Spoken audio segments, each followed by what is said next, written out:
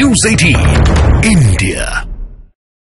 भारत में G20 का शिखर सम्मेलन हुआ था और प्रधानमंत्री दुनिया को बिहार के नालंदा और कोणार्क की सूर्य घड़ी का रहस्य समझा रहे थे। लेकिन अब इससे आगे बढ़कर उज्जैन को भी दुनिया के केंद्र में लाने के प्रोजेक्ट पर काम शुरू हो चुका है। 1 मार्च को उज्जैन में एक ऐसा उद्घाटन होने जा रहा है जिस पर दुनिया रिसर्च करेगी।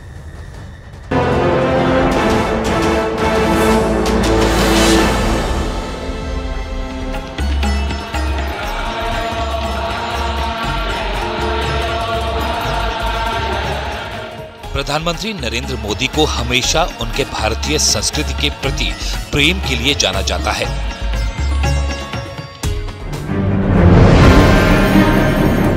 सितंबर 2023 में हुए G20 कार्यक्रम में प्रधानमंत्री मोदी ने पूरी दुनिया को नालंदा विश्वविद्यालय का महत्व समझाया था।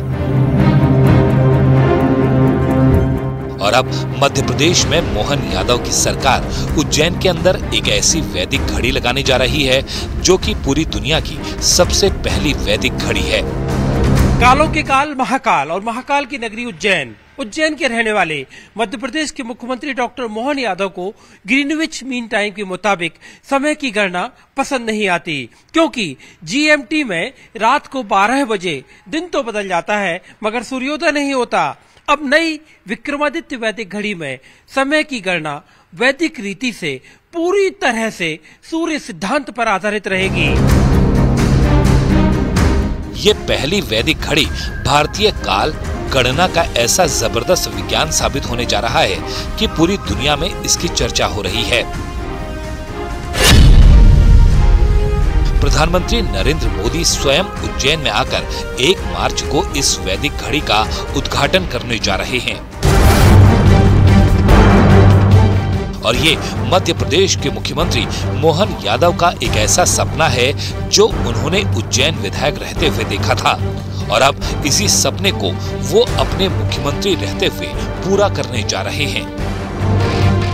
आखिर क्यों ये वैदिक घड़ी दुनिया को चौंकाने वाली है? आखिर क्यों प्रधानमंत्री नरेंद्र मोदी उज्जैन से ही इस वैदिक घड़ी की शुरुआत कर रहे हैं? आखिर क्यों दुनिया भर में इस वैदिक काल गणना पर रिसर्च हो रही है? हम इन सब सवालों का जवाब आपको देने वाले हैं।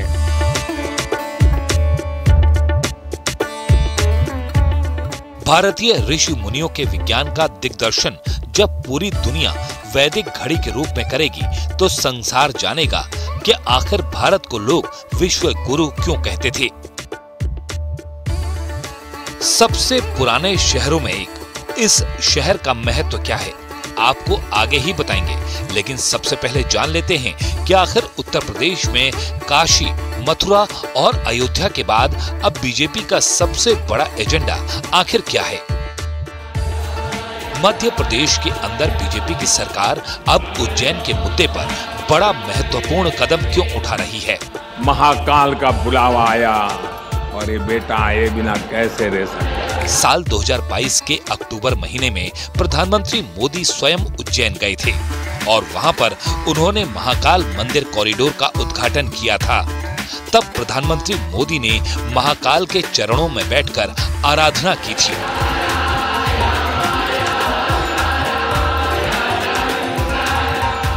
और उज्जैन को उसका प्राचीन वैभव वापस लौटाने का भी संकल्प लिया था। कि उज्जैन भारत के केंद्र में है। एक तरह से ज्योतिषीय गणनाओं में उज्जैन न केवल भारत का केंद्र रहा है बल्कि ये भारत की आत्मा का भी केंद्र रहा है। ये वो नगर है जो हमारी पवित्र 7 पुरियों में से एक गिना जाता है। ये वो नगर है जहां स्वयं भगवान कृष्ण ने भी आकर शिक्षा ग्रहण की थी।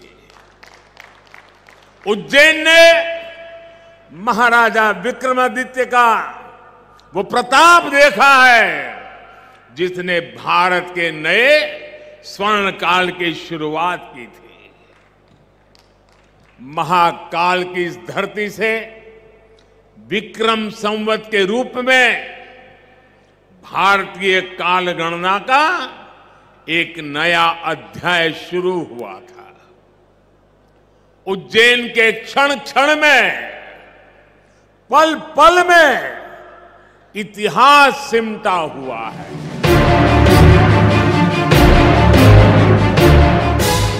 मोहन यादव उज्जैन से ही विधायक हैं। पहले ही राष्ट्रीय महत्व और पर्यटन के नजरिए से उज्जैन के विकास को लेकर वो कई बड़े बयान दे चुके हैं।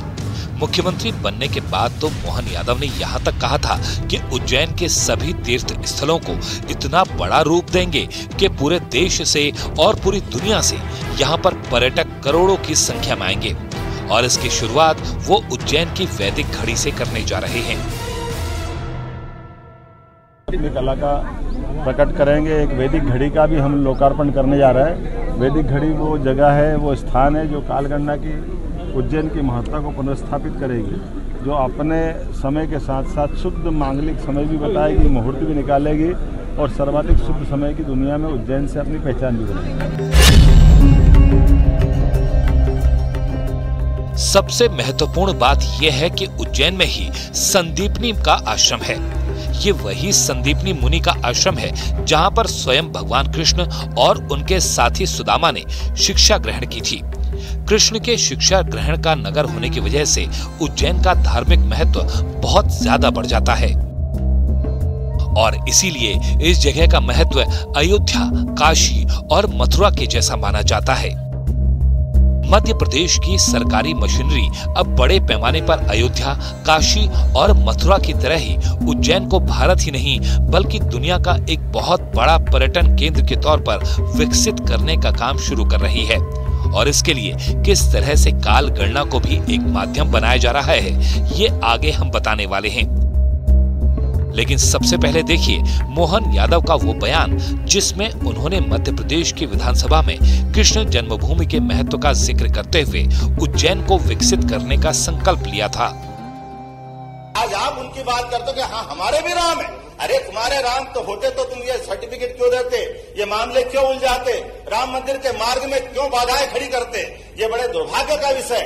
और अब फिर मामला है, चलो आप भी समझ जाओ, कोई बात नहीं, राम की बात पूरी हो गई, आ जाओ कृष्ण भगवान की, कृष्ण कन्हैया लाल की जय, मथुरा में आओ मथुरा में कौन मना कर रहा है? बोलो भगवान कृष्ण की जय जयकार करो। ये हमारी सरकार है। मध्य प्रदेश के अंदर भगवान कृष्ण के जहां जहां पांव पड़े, जहां जहां लीला रची है, चाहे अपना उज्जैन जहां उन्होंने 64 कला 14 विद्या सीखी, जहां आपका धार का पास का अमझेरा जहां रुक्मी के साथ उनका युद्ध हुआ, या जाना पाओ इंदौर के पास की वो पहाड़ी जहां परशुराम जी भगवान को सुदर्शन चक्र देते हैं, वो सारे स्थान तीर्थ के रूप में डेवलप करेंगे। ये हमारी सरकार का निर्णय है। उज्जैन का गौरव बहुत बड़ा है। ये न सिर्फ आध्यात्म बल्कि विज्ञान का भी केंद्र रहा है और इसीलिए यहाँ पर वैदिक घड़ी को लगाने का उद्देश्य भारतीय काल गणना से पूरी दुनिया को परिचित करवाना है। अंतर्राष्ट्रीय स्तर पर एक बार फिर से उज्जैन की काल गणना को स्थापित करना है। भारत की पहली वैदिक घड़ी उज्जैन की प्राचीन वेधशाला में स्थापित होने जा रही है। हिंदू काल गणना करना और ग्रीनविच पद्धति की दोनों घड़ियों को यहाँ पर एक साथ देखा जा सकेगा। एप्लीकेशन के द्वारा अलग अलग लोकेशन के सूर्योदय का समय, मुहूर्त काल, विक्रम संवत कैलेंडर, राहुकाल, शुभ मुहूर्त पंचांग को भी यहाँ पर देखा जा सकेगा। और इसी वैदिक घड़ी का लोकार्पण प्रधानमंत्री मोदी करने जा रहे हैं। भारतीय काल गणना की जो परंपरा है, ये विश्व की सबसे पुरानी प्राचीनतम परंपरा है और परंपरा के साथ साथ यह एक तरह से प्रामाणिक, विश्वसनीय, त्रुटि रहित पद्धति पे रही है और जिसमें संपूर्ण तरीके से विचार किया गया है। और दूसरा सूर्य सिद्धांत पर आधारित है और तीसरा जो पक्ष है कि उज्जैन, तो उज्जैनी को ये मान्यता है, माना जाता है कि जब ये सृष्टि का जब निर्माण हुआ तब से ही कुछ नगर जो है वो अस्तित्व में थे या अस्तित्व में आए, उसमें उज्जैन भी एक है। और महाकाल का प्रादुर्भाव भी वही है, महाकाल उसके संरक्षक है। दरअसल आज नहीं बल्कि दुनिया की उत्पत्ति के समय से ही उज्जैन को काल गणना का एक बहुत बड़ा केंद्र माना जाता रहा है। उज्जैन धरती पर कर्क रेखा पर स्थित ये शहर इस कर्क रेखा के बीच में है। आज के उज्जैन में कर्क रेखा उज्जैन के डोंगला नामक जगह से गुजरती है। वैदिक घड़ी में हम लोगों का जो विचार है, जो कॉन्सेप्ट हमने विकसित किया है कि इसमें समय की गणना तो है ही कि कितना समय हो रहा है, क्या हो रहा है, और वो सूर्योदय से सूर्यास्त और सूर्यास्त से सूर्योदय का जो साइकिल है उसी के साथ हमने इसको जोड़ने का प्रयास किया है। क्योंकि जैसे कि अभी ग्रीनविच टाइम की जब बात हो रही है तो सूर्योदय हुआ ही नहीं है, दिन बदला ही नहीं है, और आपने रात को 12 बजे मान लिया कि दिन बदल गया है। तो अब इसमें जो होगा घटी है, पल है, मुहूर्त है, कास्था है, संवत्सर है, दिन है, नक्षत्र है, तो ये सब का भी विचार हमने इसमें शामिल किया है। और तो ये ऐप की तरह भी है ये, और फिजिकली जो है उज्जैन में 1 तारीख को हम इसका लोकार्पण करने जा रहे हैं। ये काल गणना का शहर है और इसीलिए यहाँ महाकाल स्वयं स्थापित हैं। 18 पुराणों में उज्जैन के महत्व का विविध रूप से सविस्तार वर्णन किया गया है। भारत की 7 पावन पुरियों में उज्जैन यानी अवंतिका का स्थान है। अयोध्या, मथुरा, माया, काशी, कांची, अवंतिका, महाभारत और रामायण में भी उज्जैन का वर्णन है। भारत के प्रमुख प्राचीन विद्या केंद्रों में इसका स्थान था। कालिदास ने रघुवंश और मेघदूत में उज्जैन के वैभव का वर्णन किया है। उज्जैन के महत्व का वर्णन करते हुए एक और श्लोक है। आकाशे तारकलिंगम पाताले हाटकेश्वरम मृत्युलोके महाकालम लिंगत्रय नमोस्तुते। इसका अर्थ है कि जहां मानव लोक के स्वामी महाकाल हों, जो भारत का मध्य स्थान हो, इस स्थान का महत्व असाधारण माना जाए, इसमें आश्चर्य का कारण नहीं। प्रधानमंत्री मोदी ने हमेशा भारतीय संस्कृति के महत्व के शहरों को दुनिया के सामने प्रस्तुत किया है। सितंबर 2023 में हुए G20 सम्मेलन में भी ऐसा ही हुआ था। तब पूरी दुनिया का ध्यान सबसे ज्यादा खींचा था इन तस्वीरों ने, जब अमेरिका के राष्ट्रपति जो बाइडेन ने नजदीक जाकर एक इमारत की दीवार को छूने की कोशिश की। दरअसल ये नालंदा महाविहार की तस्वीरें हैं। भारत की राष्ट्रपति द्रौपदी मुर्मू ने G20 के मेहमानों को रात्रि भोज का निमंत्रण दिया था और इस निमंत्रण में स्वागत की जिम्मेदारी खुद प्रधानमंत्री मोदी ने उठाई थी। और जिस मंच पर प्रधानमंत्री मोदी ने सभी मेहमानों का स्वागत किया, वो भारत के पहले प्राचीन विश्वविद्यालयों में शुमार नालंदा विश्वविद्यालय है। प्रधानमंत्री नालंदा विश्वविद्यालय की महानता पर इतना गर्व करते हैं कि जिस भी राष्ट्राध्यक्ष का उन्होंने स्वागत किया, उसको मोदी ने ये जरूर बताया कि आखिर नालंदा विश्वविद्यालय की महानता और ऐतिहासिकता क्या है। आज से 7 साल पहले जब प्रधानमंत्री नरेंद्र मोदी बिहार में नालंदा के चुनावी दौरे पर थे, तो उस वक्त उन्होंने नालंदा पर भी अपनी बात सबके सामने रखी थी। पूरा विश्व नालंदा की धरती पर ज्ञान की प्यास बुझाने के लिए आता था। दूर सुदूर से लोग सालों तक यात्रा कर करके नालंदा में अपना जीवन समाप्त करने के लिए पहुंच जाते थे। आखिरी तक ज्ञान पिपासा के लिए वो यहीं पर डूबे रहते थे। नालंदा की तरह अब उज्जैन का वैभव भी पूरी दुनिया देखने वाली है।